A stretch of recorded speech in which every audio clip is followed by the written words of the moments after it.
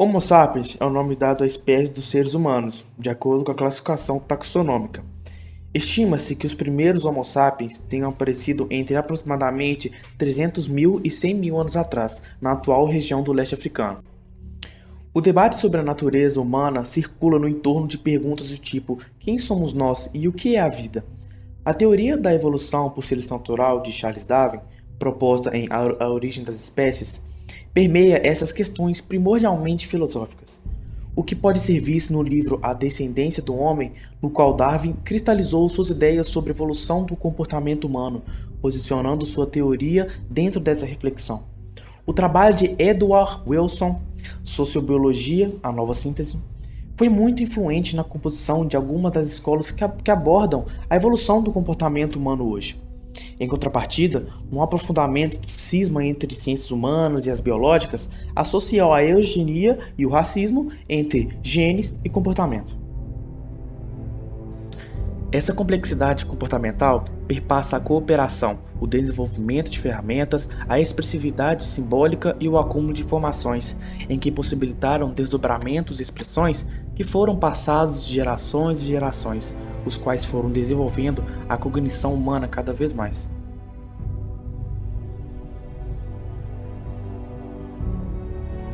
Apesar de todas as diferenças humanas, somos todos pertencentes a uma única raça, cientificamente falando.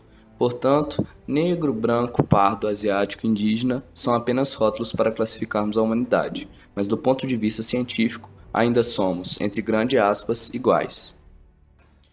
O problema é que povos humanos começaram a exercer poder sobre outros, estabelecendo hierarquias e desigualdades, até chegar a um ponto em que se existia uma aparência melhor que a outra, causando uma desvalorização do que não era hegemônico. Com isso, surgiu o darwinismo social, ou seja, acreditava-se que alguns humanos eram melhores que outros. Então, negros eram vistos como menos inteligentes que brancos. Dizia-se que o cérebro do negro fazia com que ele fosse ideal para servir, enquanto o branco foi feito para liderar. Esses absurdos não são mera fantasia, e esses ideais eram realmente defendidos.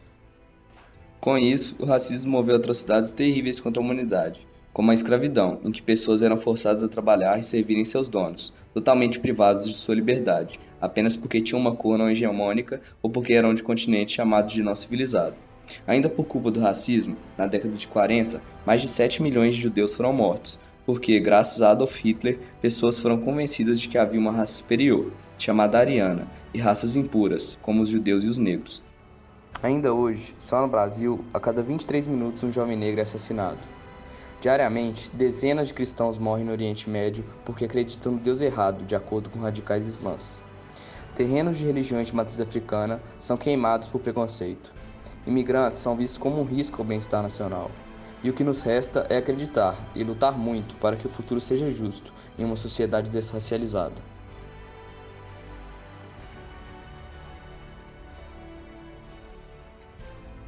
As informações genéticas estão presentes em todos os seres vivos. O DNA contém regiões que codificam os genes. Os genes controlam o desenvolvimento, o funcionamento e a manutenção das células, sendo responsáveis por expressar características que serão herdadas dos progenitores para seus filhos. Assim, as particularidades de cada organismo são conferidas por seus genes. As diferenças entre um organismo e outro se dão pela maneira como os nucleotídeos se distribuem ao longo da molécula de DNA. Sendo assim, quando falamos em diferenças genéticas, estamos falando somente da composição da sequência do DNA. Quando observamos o fenótipo, estamos falando das características morfológicas, fisiológicas e até mesmo comportamentais de um indivíduo. Essas características são resultado de expressão dos genes e também das ações do meio ambiente. Como exemplo de uma característica fenotípica, podemos citar a cor das flores, a cor do pelo de um animal, a cor dos cabelos de uma pessoa, entre outros. Características não visíveis, mas verificáveis, como o tipo sanguíneo de uma pessoa, também são características fenóticas. As características fenóticas, como dito anteriormente, dependem das ações ambientais. Dois irmãos gêmeos que vivem em localidades diferentes, por exemplo, podem ter tonalidades de pele diferenciada.